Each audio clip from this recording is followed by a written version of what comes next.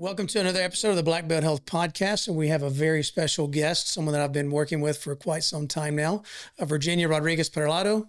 Now you say it. Yes, perfect. No, you say it. I want to hear you say it. Virginia Rodriguez Perlado. Yeah, I had to say it like you did.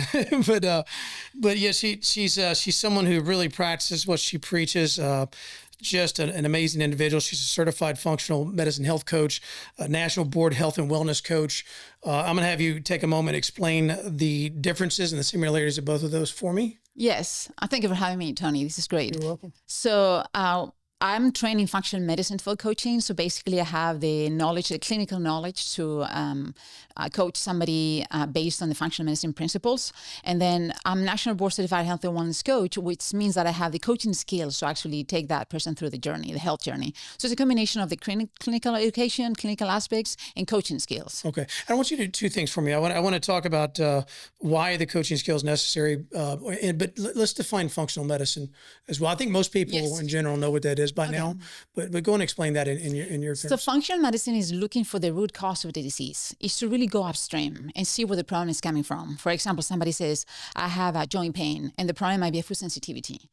And also it's important as well to understand that functional medicine actually is about knowing the interconnectedness of the human body. Everything is connected. It's like a puzzle. So you see all the different pieces put it together, and that makes the whole body. So we need to look at the body as a whole.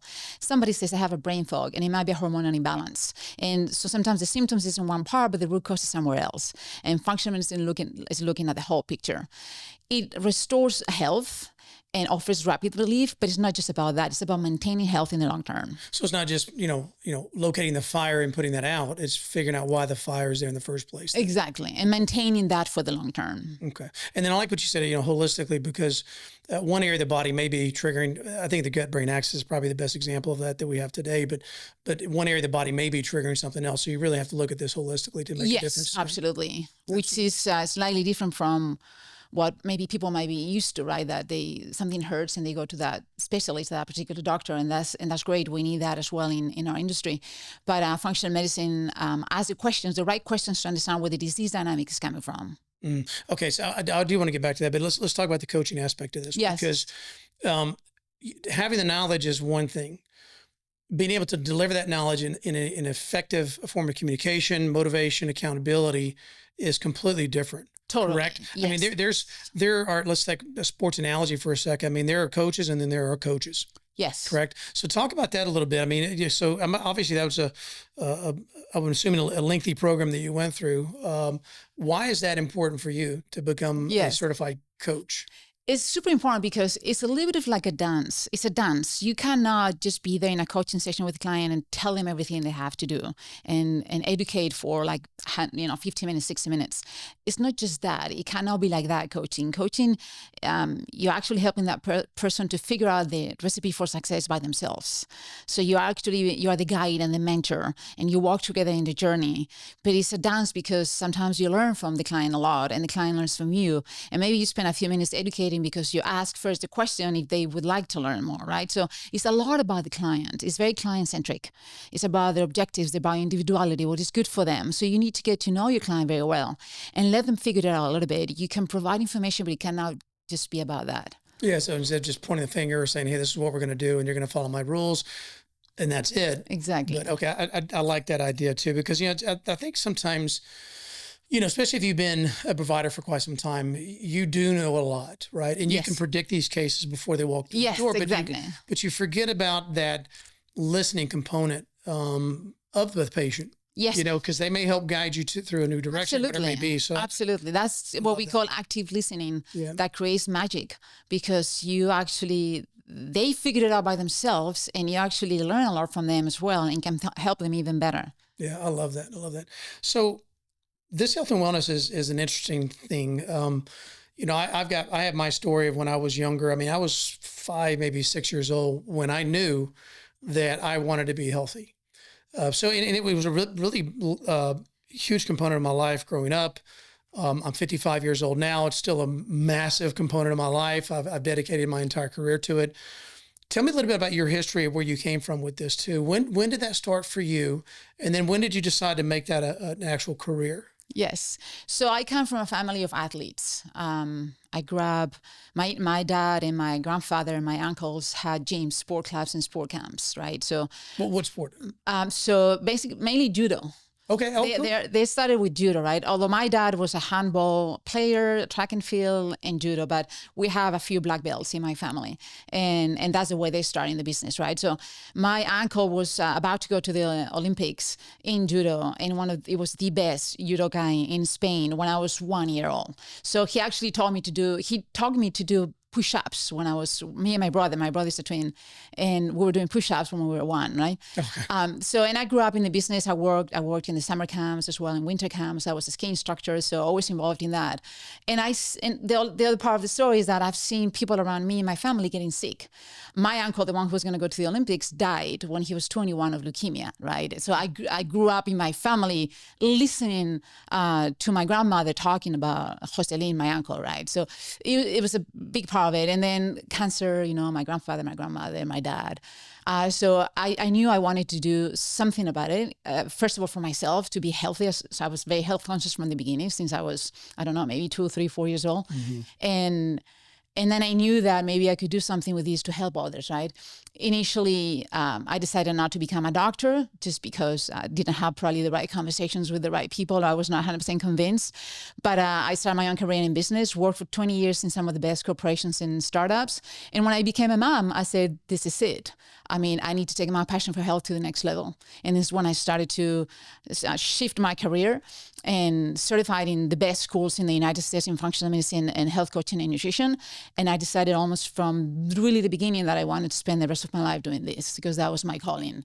Yeah. And I just didn't become a doctor, but I became a functional medicine health coach, which is great as well. Yeah, I want to go back to something. I want to go back to this career you had before the health and wellness and working for the best corporation. Was it private equity? I mean, what were you doing? No, so I was working, what I did, I started working in finance for different companies. Hewlett-Packard was my main company in Spain and London. I love the company. I love the people I work for. It was phenomenal.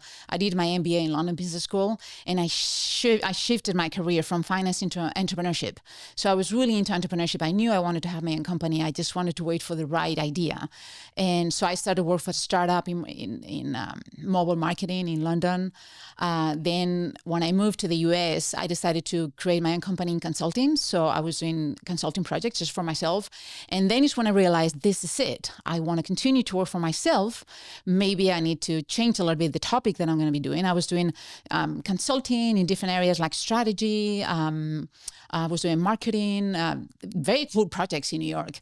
And then I said, this is it. I want to become an entrepreneur, stay as an entrepreneur, but I'm going to shift into health and wellness because this is what I'm really passionate about and this is my calling. I'm going to have to study a lot. I'm going to have to retrain myself, but there you go. I've decided that I want to do it.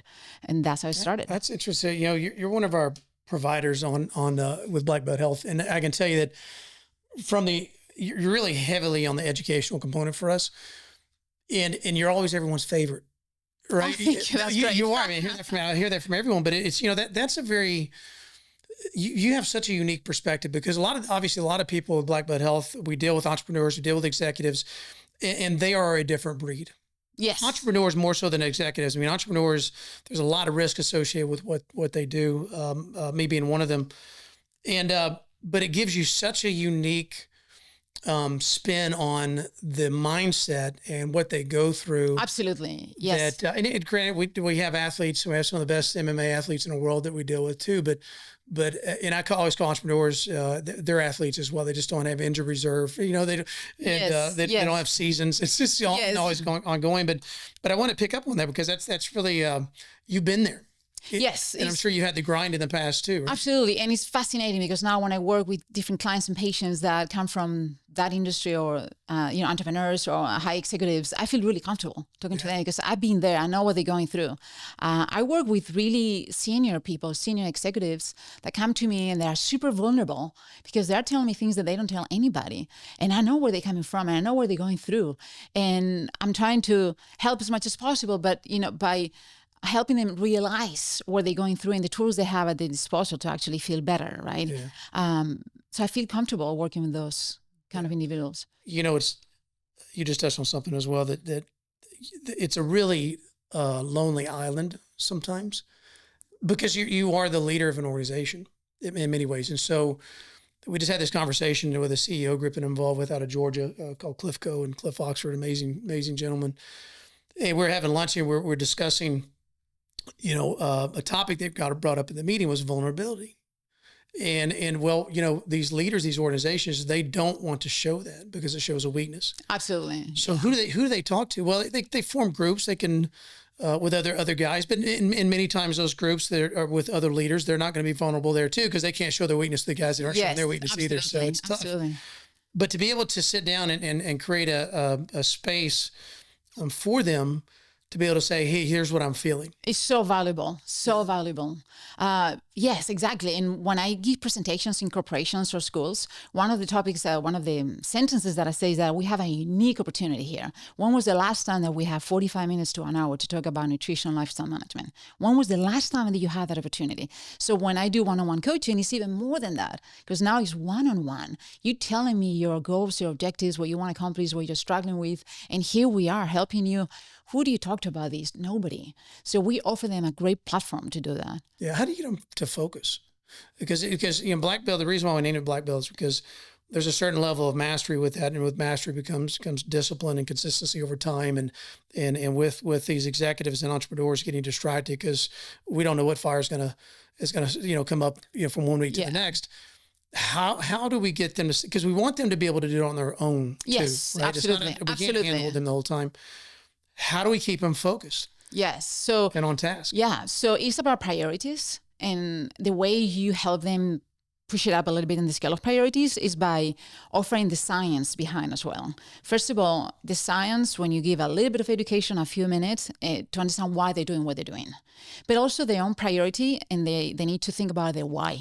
What is their why? Why do they want to be healthy? Why do they want to do this? And when they really dig deep and they understand the reasons, and I ask them to write them down, 1, 2, 3 reasons, and have them visible all the time, that's more powerful than food and anything else. Mm-hmm. So it's a combination of that why, that priority, and the science behind. When they understand why what they are doing is impacting their health and what they can do otherwise to be better and optimize their health, they understand it better and then they do it. Yeah. And providing them, providing them a strategy moving forward. Yes. I think the science is good for those people that are structured in that manner. And then I believe that executives maybe more so than entrepreneurs, because entrepreneurs are very risk-taking individuals. Yeah. But understanding the consequences of their actions and how that may affect other people in their company from different decisions. But here we're talking about the decisions they make with their own health. Yes. And here's I've always said this, is the time between being healthy and then being sick is really lengthy. Yes. And I think that's one of the disadvantages. Well, I can't call it a disadvantage, but the body's such an amazing machine that it can tolerate a lot of shit. Yeah. And so that gap that we have between truly being healthy, not the absence of symptoms, right? Different thing, but truly being healthy and then being sick. So it can be a long time. Yes. And so I think that's, it's a very tough, thing to convince some people that, look, you got to start taking action now. Yes. Instead of waiting until you have that disease show up in your life. And there's a quote that I use all the time. It says, health is a crown of a well person that only a sick person can see. Yeah. And that is very true. Absolutely. Yeah, absolutely. And there's a lot they can do. And now we know more than 30, 40 years ago to prevent disease, because 80% of disease can be prevented, in many cases reversed through nutrition, lifestyle management. So when they understand that sometimes what happens to us is preventable, because we can use food as medicine and we can use lifestyle and sleep and stress management. When we understand that we can do those things to prevent getting sick, then they understand. Yeah. They say, oh, how do you know if I was eating this and that? That's why my numbers, my cholesterol or my insulin resistance is showing up. But there you go. There are things we can do to prevent that from happening. Yeah. Does it require a fanatical approach? A dramatic change in lifestyle? Maybe for some, but I mean, would you say it takes a fanatical approach? Because I think back at the, at the New Year's resolution people, right? They go out, they buy their new workout clothes, they get their new shoes, they do all these things, then they start working out with a trainer, and they get the most strict diet ever. And it lasts 2 to 3 weeks, and they're done. I think what I said earlier, consistency is important here. Absolutely. And so is it fanaticism that we need to have, or what is it? Yeah, I don't think so. I think it's easier than that. When people ask me, what is the secret of longevity? You know what the secret is? I'm going to tell you right now. It is the relentless execution of the basics every single day. Of the basics. Of the basics, day after day, consistency, relentless execution of the basics. It's all about habits. We are creatures of habits. And when those habits become automatic, at the beginning, you're going to be thinking a lot, do I go to the gym today or tomorrow? Do I eat this or that? A lot of thinking, right? A lot of decision making. But when the habit becomes automatic, you've done it. It's right there. That is the secret of longevity. Every single day, habit after habit, day after day. That's it. That's what I'm trying to also teach my clients and patients, that if we focus on those fundamentals and those basics, you have 80% of the path already done. Yep. So, and if you're waiting for me to give you something super esoteric, I might give you maybe a supplement that you're not used to. I might give you a few, pieces of information about supplements or tests that are super good. But the basics is what is going to get you to the next level. So relentless execution of the basics. What are the basics? So the basics are nutritious food, whole foods diet. That is absolutely studied and researched. That's the best way to prevent disease. Decrease or elimination of sugar. So having a healthy metabolic health is the beginning of longevity, because not almost all of them, but many disease dynamics start with a poor metabolic health. Decrease or elimination of processed foods, full of trans fats, inflammatory foods. We prevent disease by doing that. So that's super important. Then what else do we have? Sleep is the best kept secret. We need to focus on sleep hygiene.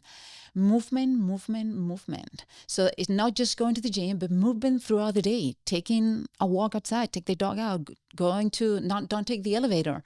Just go for a walk and move. That's what we need. And also relationships, spending time with people we love, who love us back. That is so important for longevity. And finally, something that I really like, we decelerate the aging process by taking what is called micro moments. They are called glimmers. Glimmers are satisfactory sensory delights that fill us with ecstasy, that give us a lot of joy and peace, that could happen at any point in time during the day. We need to pay attention, and they calm the nervous system. So we need give me an example of what you just said. So it's the opposite to trigger, right? The triggers give you anxiety, stress. Glimmer is the opposite. So they said that you are opening a photo album and you're looking at pictures from a previous trip and you love it. And you say, oh my gosh, we had so much fun in Rome. And look at this picture when I was with my kid. And you feel that. Some moments of gratitude then is what we're trying to find. It's experiencing that joy and peace and calm and happiness. Those moments are called glimmers. They are micro moments. We need to do that every now and then, often. Or when you bought like a broccoli or parsley and cilantro and you smell it in your kitchen and you start thinking about what you're going to make with it, those moments are pretty high in sensory delight, right? And it's peacefulness. And that is a glimmer. It's the opposite to trigger. And finally, taking breaks. We all need to take breaks. Meditation is so well researched now. It's such a great tool for stress management, for body health and mental health. Reduce the exposure to toxins. And finally, love as often as possible. Mm-hmm. That's the summary of longevity. Those are pretty much the basics, fundamentals. Now, each person is different. We have different disease dynamics, different bioindividuality. Some people need to focus more on one thing or the other one, or they have different things that are not working properly. So we need to rebalance the body, but that is the relentless execution of the basics. So basically, what you're saying is you eat right, move right, think right. So relationships, love, gratitude. And don't do it alone. Yeah. And take your breaks and enjoy the moment. It's really hard. Listen, it's really hard for when you're in crunch time to take that break, especially people that can get really neurotic. So that seems like it would take a conscious effort to say, let me slow down for a second. Or back to these moments of gratitude. It's really difficult. You could be living in the finest house, have the finest family, have driving the car of your dreams. All of these things could be right there in front. I'm not trying to be too materialistic with this, but just to give examples, they could be right in front of you, but you never take a moment to appreciate what you have. Yes, where you came from, what you have, and I think that's a really important thing to note. Is man, you really have to consciously make that effort. Let me just tell a quick story about this. The last 2 years in my business have been really tough, and coming off of COVID, maybe there was a couple of instances that did happen. And for the first time in my life, I had difficulty being grateful. I had to make an effort Yeah. to be grateful. And I know I'm not the only one that has dealt with that in the past. No. And it took me to realize what I was doing, or where I was, and what was happening. But yeah, that's a big thing to take that moment, take that break, as you mentioned, Yes. and stop for a second. Now I want to talk about, I asked you about what are those basics. Now I want to get into longevity in a minute and what that really means. So I want to dive deeper into that.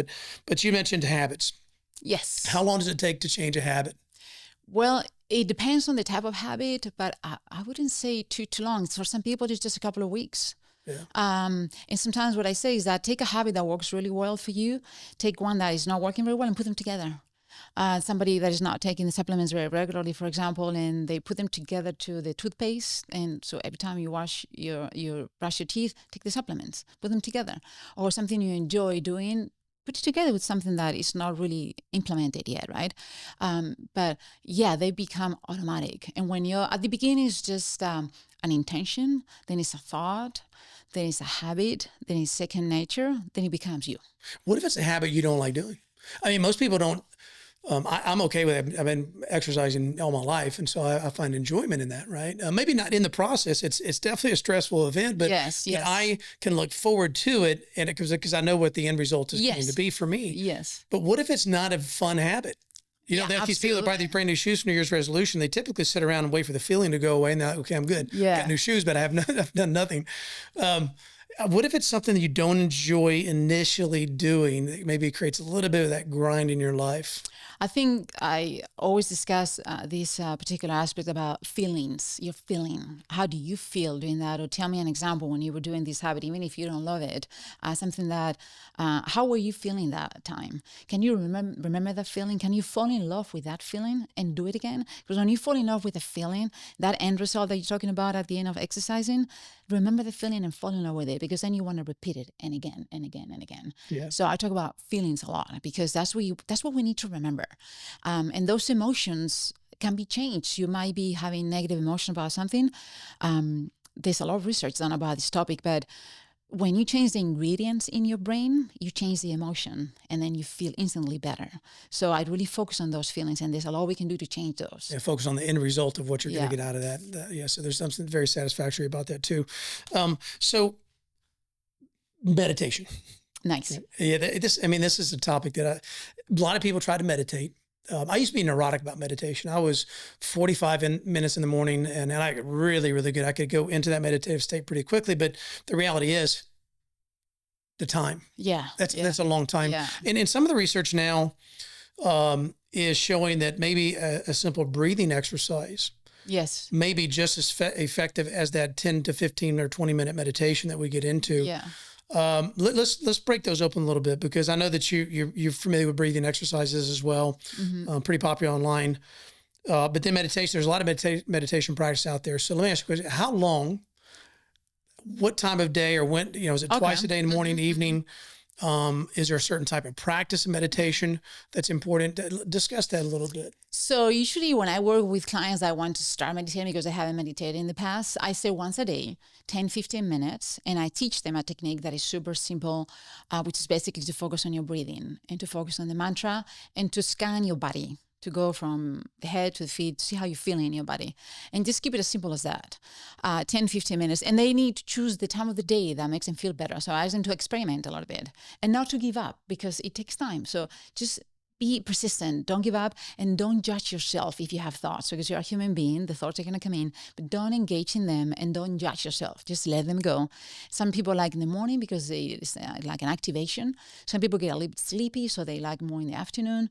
I don't generally recommend before going to bed, because some people cannot fall asleep after that, but I ask them to experiment, usually morning or afternoon. Then when somebody is actually doing pretty well over there, a little bit more advanced, I say, okay, I have another technique for you that is twice a day. 15 minutes twice a day.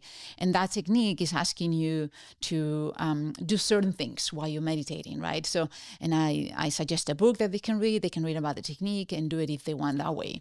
That is for a little bit more advanced, but it's easy. It's not hard to do. It just requires a little bit more work. And then I also ask them if they want somebody to talk to them. They can use things like Headspace apps, like guided meditation. Some people say, yes, I love that. Or they say, no, I don't want anybody to talk to me. I just want to be in silence. Or they use music. There's great music out there that you can play when you're meditating. So I give them options, but those are my suggestions. Yeah. It seems like a guided meditation or maybe even just music alone would help calm down that chatter so they can focus on one singular thing instead of that silence that allows those thoughts to come into their mind. Yeah, exactly. And if they want the silence, the mantra is powerful, like a sentence or a word that is very positive for you that you can say in your mind. That takes you back to your breathing, takes you back to the present moment, and scanning your body. How is your head feeling, your shoulders, and just be there and let the thought go. And then when they experience what is called the bliss is when you experience that amazing time when you're not thinking. We're just there in that room, sitting down, experiencing your body, and that's it. That's the bliss, and then you've achieved that, and that's great. But another thing that is super important that I tell them is that don't do meditation as a something in your to-do list, something to get better, to achieve something. Don't do it for that. Do it as an act of self-compassion, self-love. Do it for yourself, for love for yourself. And it's a completely different scenario. It takes all the pressure from you. And we are now meditating to be good at meditation. We're meditating to be good at life. That is the difference. That's interesting. Yes. So don't make it a sport. Okay, I get that. There's no doubt that meditation studies have shown the benefits of meditation for just everyone. So breathing techniques are really popular too. And there was actually a person that came in a company. She deals with a lot of high performers as well, and she was showing us a technique called a 2-minute reset. And I thought that was really, really interesting because those individuals that don't have that 15 minutes or 20 minutes or can't focus that time, the problem is our energy. We whittle it down until that cup is empty, and then we really have to spend a lot of time refilling that cup. Mm-hmm. But versus if we could take moments throughout our day and spend 2 minutes, just take that break and just sit there and focus on your breathing for 2 minutes more frequently, maybe that'll be an effective strategy for them as well. Yeah. So breathing techniques, and there's a number of them that are out there, right? So box breathing, which is, I imagine it going more linear than more of in the box, but you're going to breathe in for established number of seconds. So typically 4 to 5 seconds in, hold it at the top, 4 to 5 seconds, and then breathe it out, 4 to 5, hold it again at 4 to 5 seconds, or some people just kind of do the box, like I said. There's other ones. I know that Andrew Huberman talks quite a bit about this psychological sigh. Nice. That you can breathe in all the way, and then take that one little gasp of air and then just let it exhale. Mm-hmm. And then doing that over 2 minute, even up to a 10-minute period, which is what I typically do in the mornings. Yeah. It really has a really parasympathetic response to the nervous system. Nice. And then one more I'll just add to this, what I call parasympathetic breathing, because as we're breathing out, our heart rate is decreasing, and as we're breathing in, it's increasing. So making that time a breath in at 4 seconds and then a little longer breath out is more establishing more parasympathetic tone in the body. Yes. But I think those are all good strategies that we need to adopt somehow. Absolutely. Yeah. And sometimes when we are anxious, we're not breathing properly, and that contributes more to the anxiety. So in my case, the recommendation as well is they can implement a breathing technique right before meditation as a way to have a regular practice. They can use the 4-7-8 as well, which is inhale for 4 seconds, hold it for 7 seconds, and exhale for 8 seconds. And it's very powerful because you do that 2 or 3 times, which is going to take you, a minute. You instantly become relaxed. You're totally relaxed, and then you can meditate. That's as a way to practice breathing on a daily basis, right? So, or sometimes if you feel a little bit anxious and you say, I don't feel very well, I'm a little bit restless, sit down, close your eyes, and breathe. And then you get absolutely calm instantly. So that's the way I suggest for my clients if they want to experiment breathing. Yeah, I mean, we could talk about this topic for another hour because I can't emphasize how important this is, because you nailed it. That we have moments that we don't even know this is happening. Yeah, we're not breathing. Yeah, it's been shown that if you're surfing the internet, you're not breathing. Yeah. And obviously oxygen being as important as any other the basic need that we have to get back to that basic need of breathing properly. Yes, absolutely. So, it's so helpful. That's very cool. So some of the class you teach in the program, that you'll sit down and you'll go through stress reduction strategies in addition to the dietary and nutritional aspect of things. You also look at brain health. Yes, which obviously is very important. Let's just talk about some of those strategies that maybe someone that's listening to this podcast can incorporate in their life now from a stress reduction standpoint, and also maybe some brain health strategies? Yes. So yeah, brain health is super important because I don't think we pay attention to it the way we should. We don't see our brain, so it's like we overlook it a little bit, and it's so important, so important. And there are many different things we can do, but it starts with food. Nutrition is so important for brain health and having the right fat and controlling those carbohydrates and protein, macronutrients and micronutrients, both of them. So that is the beginning of everything. But also exercise has a huge impact on brain health. It's the best antidepressant out there. It's releasing endorphins that people feel so much more like, I don't know, happy just by doing exercise, right? So different things that we can do as well. Sleep hygiene. We undervalue the importance of sleep hygiene. It's fascinating because you're more resilient to fight stress. You become stronger, and also your appetite hormones are in balance, and then you control how much food you're gonna eat the next day. So that's super important. But also, like we discussed before, meditation is one of the best tools we have out there for stress management as well, because it affects you not just those 15 minutes, but it spills to the rest of the day. So you're gonna be more present when you have a conversation with a coworker, or when you're playing with your kids, when you're cooking, when you're reading. So it's not just those 15 minutes, it goes to the rest of the day. Yeah. Having downtime moments when you have nothing to do is so important for brain health because you're resting, your body has nothing to do, and then it impacts creativity and imagination. You start having all these amazing ideas that you have to write down. Like, where are they coming from? You have to write down because that's what it happens when you have downtime. Playtime. Kids, adults, structured play, unstructured play, super important as well for the plasticity of the brain, to create new neurons and to get new pathways. Super important as well. What else? Connecting time, like, I think this keeps coming up, but because it's so important. Connecting time with people, online, offline. Health is contagious, and love your tribe. It's not about saying no to people, but it's about choosing the people you want to spend time with, the people you love and who love you back. Those are your people. That's your tribe, right? And then finally, we have a lot of thoughts. We have a lot of stories in our mind.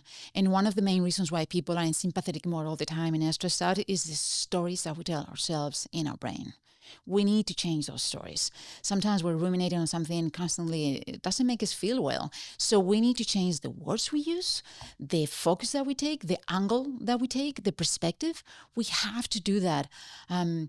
There's a doctor called Lisa Feldman who studied emotions tremendously. She's a great neuroscientist. And she says that emotions can be changed. And how do we do that? Changing the ingredients in our brain. And the ingredients in our brain are those stories, those words. One of the questions I ask my clients is, can you separate your thoughts from yourself? And some people say, oh my God, I never thought about that. I have no idea. Some people say, yeah, I can do that. I know when I'm thinking and I can separate that. And all they say is totally mixed up. I'm just one person with everything, my thoughts, my feelings, my everything, right? So I said, if you become that person that you can separate your thoughts from your essence, yourself, you become a master of your thoughts and you can control what you're thinking. So it's about talking back to those thoughts. Talk back. Don't believe them, all of them. They're not always right. Man, that's a lot. That's a lot to unpack there for sure. I want to touch on some of these things. I mean, that is what you just talked about in terms of sleep, community. I know Peter Tia talks about the two best biohacking tools we have are diet and exercise. From the endorphins, and there's so many benefits of getting proper exercise. Yes. We could talk to her blue in the face with that. I want to talk about the community. Yes. I did a TED Talk. I don't know how many years ago it was now, but it's quite some time ago. It was the first talk I ever done when I was actually sick and the microphone falling off my face. But it was over the Indian medicine wheel and how I became fascinated with this medicine wheel because it was one of the first things that we've ever discovered that actually had an approach of the physical, mental, spiritual, and what that does to our emotions. It wasn't very linear like we've seen with it, just mind, body, spirit, but it was something that was interconnected that had a role in one and the other. So, and I started looking, I said, well, these are interrelated. Then what are they? And the other thing too is I looked at the physical component. And I said, well, they're very basic needs that everybody universally has to have in order to be physically healthy. So food, water, sunshine, rest, movement, as you mentioned, very basic needs, and you can't get away from those. But then I had to break down the mental component and then the spiritual component. And spirituality is a very difficult thing because how do you define that? Yes. Depending on what religion you are, I guess that's going to depend upon, your definition of spirituality, but it had to be universal. Yeah. And when you look at every single religious text that is out there, there are two themes that take place inside those religious texts. And it is love and service. Absolutely. You can't, I mean, it's in every single one of them, love and service. But the thing that's unique about that is that in order to love, in order to serve, it takes a community. Yes. You have to connect with those individuals. And this is aside from whether you're an extrovert or introvert. Yeah. Even introverts still need that connection there. But it is truly, in my opinion, is truly a basic need, just like food, water, sunshine, and rest is to absolutely. Yeah. So, absolutely. That is. Yeah, and you commented on a couple of super important aspects, is the fact of service. Okay, so this, I don't know if you know Simon Sinek, an expert in leadership and psychology, and he says every time we receive an email or a text message, it's a dopamine rush in the brain. And that's okay. We need dopamine to function, right? The problem is that dopamine can be highly, highly addictive. And we need to compensate the dopamine effect with the other two brain chemicals, serotonin and oxytocin.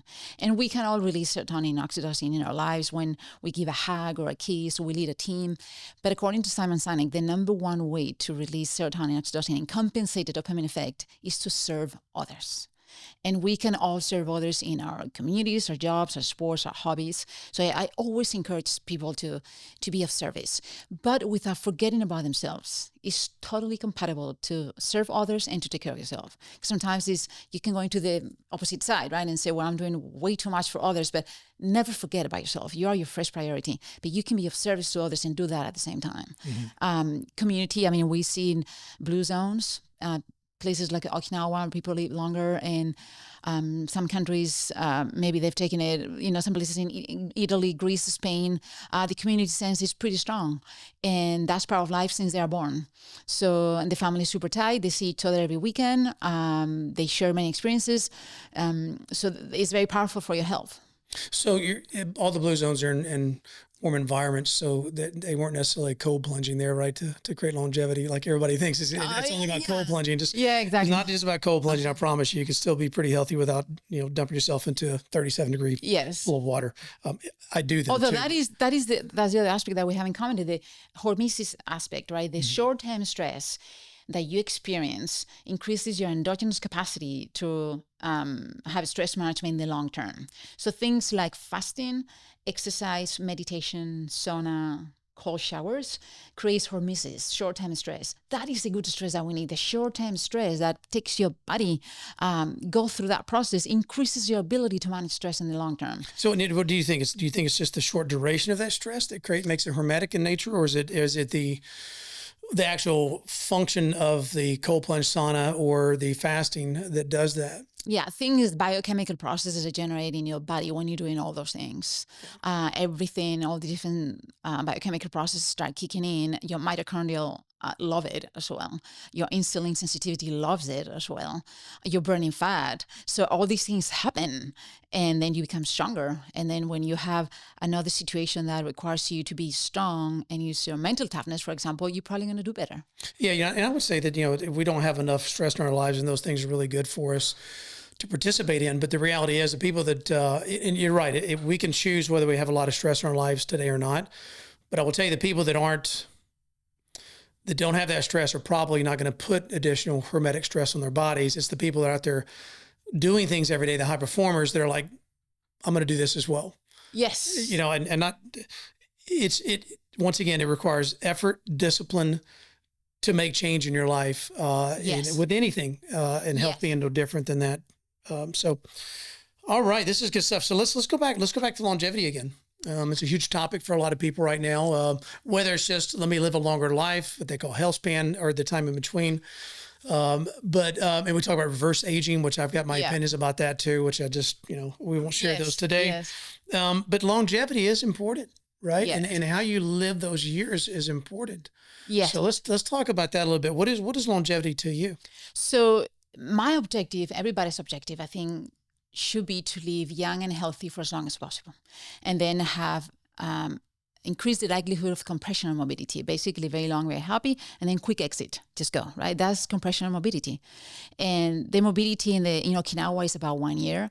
In the United States, it's about 3 years, and we spend 95% of the health costs in those 3 years. So those are the number of years that we're sick or disabled at the end of our lives. So you're saying that the United States, we live about 3 years in a state of disease, and then about 90% of those healthcare costs take place. Is one. Only one. And they spend 1/3 of the cost. Yeah. So we all want, I think, that, right? To be young and healthy for as long as possible, and then just quick exit, just go, right? So we need to do that in order to increase our compressional morbidity. And that it goes back to what we discussed earlier, is the relentless execution of the basics. That is the best. Of course, we have some small percentage of genes or genetic aspects, right, that is going to prevent us from living longer in some ways, right? But a very high percentage, from 80 to 90%, can be impacted by nutrition and lifestyle management. So there's a lot we can do in terms of nutrition and decreasing inflammation and increasing metabolic health, and that movement that we discussed, and that sleep. All those are the basics and the fundamentals that are going to take us there. They are going to take us there. And having the mentality of, how long do you want to live? How do you want to live your life? What do you want to do with your life? Life is getting longer for all of us now. Are we going to live longer than our grandparents lived? So how are we going to live our lives? Are we going to have the same purpose, or is it going to change after 10, 15 years? Who are we going to be? Who are going to be the people in our life all those years, right? So we need to start thinking about how we live our lives in a different way now, because we're going to live longer. There's a lot of research done about it, especially for business schools. People that are experts in psychology or organizational behavior, they're starting to write books about this. And they're talking about, yes, medicine is here helping us to live longer, but how are we going to work? Are you going to retire at 58? And then what are you going to do next? Right? So it's about thinking, how are you going to save your money? And what are you going to do when you're 70? What is your purpose? What is your vision? So we need to start living life in a different way without forgetting those fundamentals, those habits that when they become automatic, we've done it. So do you remember the story about that executive that we had come in, and I'm sitting there having a conversation with him. He chose not to even sit down with you because he knew how to eat. Yes, he was an athlete. Yes, I remember. And he made that comment to me. He said, there were a couple of things I wanted out of life. He said he grew up poor, and that very commendable in this respect. But I think his thinking needed to be reframed. He said that I wanted two things. One is I didn't want to be poor. And then I wanted my kids to have more than I had growing up. And he said, I've accomplished both of those. Mm-hmm. So he said, if I die tomorrow, I'm okay with that. And that's when I looked at him, I said, but what if you don't die? Yeah. What if you're like 95% of the people that are out there that live with these chronic diseases for the next 10, 15, or 20 years, and then your kids have to take care of you? Mm-hmm, it's a terrible. Health is a crown of a well person that only a sick person can see. Absolutely. Yeah, it's a different perspective, right? When you ask, what if you don't die now? Yeah. Like, what if you could live longer, and what are you going to do with it, right? And it's not just based on what we discussed before about service to others, but how about you? Yeah. You can do both things at the same time. Yeah. All right. Is aging a disease? People are saying yes. That if we can tackle the hallmarks of aging, we can actually prevent that from happening that fast. So, but is it a disease, though? Or is aging just this part of life that all animals within this animal kingdom have to deal with? I think there's some hallmarks, there's some aspects related to aging that those are the disease dynamics. So age-related diseases make sense. Anything that your body's going through as you get older, right? So the aging, I think, is part of life, but the disease dynamics that are around that aging process are the problem, right? And that's what we need to tackle. Yeah. I can agree with that too. I think it makes great marketing to say aging is a disease, and but I think there's beauty in aging as well. Absolutely, there's so many wonderful things about being older. Absolutely, the age-related issues that come about from neglect or from rusting yourself out, that becomes a problem. Yes. And these aren't new to us. I mean, it's so funny because people talk about, well, now we have all this osteoarthritis because of the way that we eat. Well, Neanderthals walked around with it too. Yeah. It's just, there's components of that, but I'm afraid to jump into that disease stated mindset, because what that means to me is that you treat it medically. Yeah. And like I said earlier, that diet, exercise, eat right, move right, think right, those are really the hallmarks of making sure that you have this quality of life moving forward. Absolutely. Instead of having a disease mindset where it requires some type of medication or some type of an intervention to get through it. Yeah, right? Absolutely. So, yeah, it's like the discussion, it's a different topic, but just to comment a little bit on it, the discussion about menopause that is becoming very powerful these days as well, and how we need to look at it as well as a part of life, a different phase. And some people struggle with this more than others, but it's a beautiful time as well to think not just about the disease aspect of it, because it's not a disease, it's a phase of life, and how many good things come out of that, and how women can become super empowered when they go through it and after it as well. So it's a different mentality that we need to start using as well when we talk about these different phases in life. Yeah, if you go and expand on that a little bit too, because obviously I'm not very familiar with so those components. So just if you can share that with some people. So there are many different processes that our body is going to go through, both body health, hormonal balances, brain health. There is something called menopause brain, and our brain is going to go through changes, and we're going to experience symptoms, right? So those symptoms are part of the process, and some people are going to experience more than others.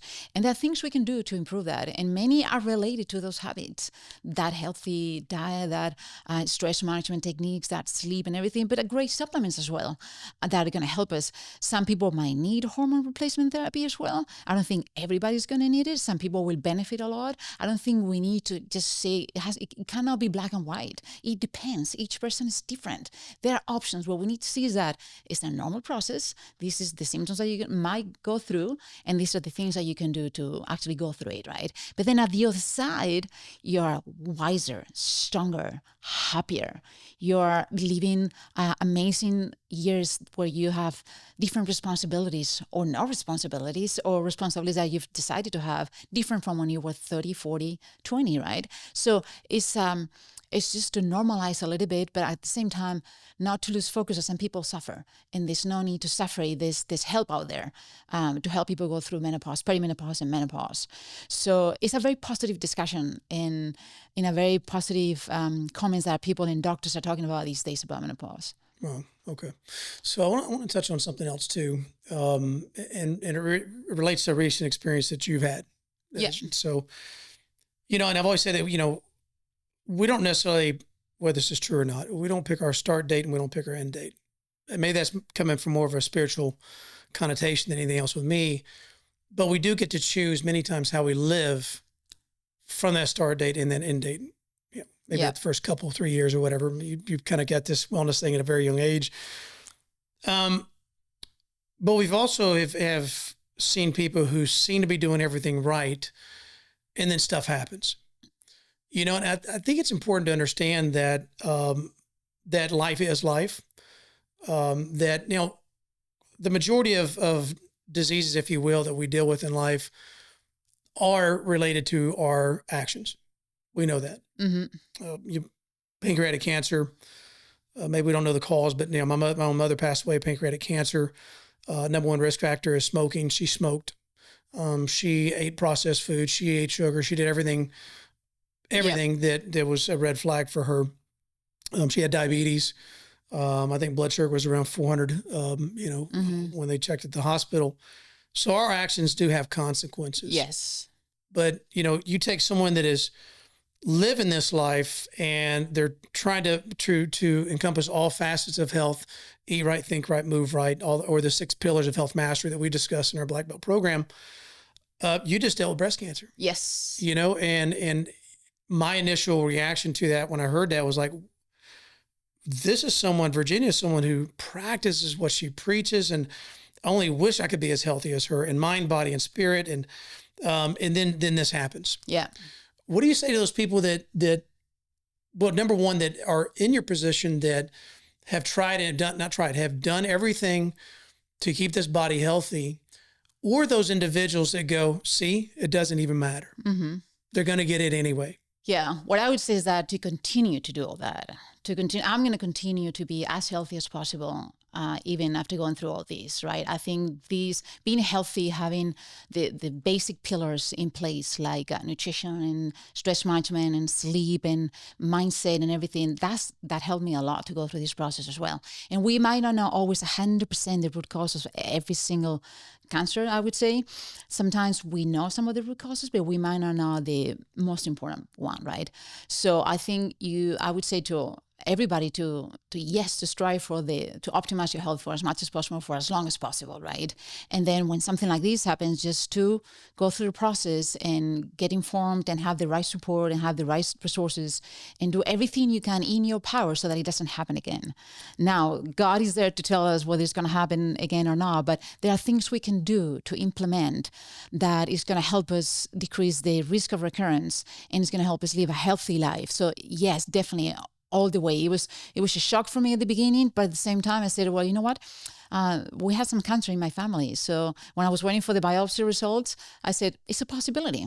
It's a possibility. Even if I've done everything that I have to do for this not to happen, it is a possibility. Yeah. So, and then you just take it and continue researching and learning through the whole process and implementing everything you can to be as healthy as possible through the process and afterwards. So do you, I mean, would you say then that there is a cause? I mean, do you think there's a cause? Maybe it's identified or not identified, but is there a cause, or is the body just kind of going, I think in my case, there are two things that actually you might say that it might be a root cause. One is the genetics, and the other one is toxins. And I'm leaning more towards the toxins because, yes, we need to reduce the exposure, but maybe we don't always reduce exposure as much as we should. And I've taken steps to actually reduce my exposure to toxins from the beginning when everything happened at the beginning of January. So yes, that's an aspect. And our body, when it's very strong and resilient and can detoxify, that's the way it should be. But we are surrounded by toxins in all the products that we have: beauty, cleaning, food, plastics, everything. So we are surrounded, and sometimes that has an impact. You know, and that toxin doesn't necessarily have to, you've been exposed in the last 2-3 years. This may have been something that could have happened 10, 15, 20 years ago or more. Yeah, it could be a accumulation of things. Yes. So again, we might not know 100%. Of course, there is a hormonal component as well, right? When you're going through perimenopause, sometimes the risk is a little bit higher for some people. So, but that could be addressed as well.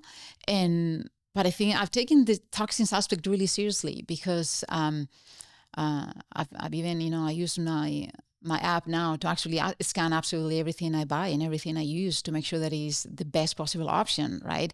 I think my nutrition was always, or has been great over the last few years as well, but I've taken it even to the next level, if possible, right, to take it that way.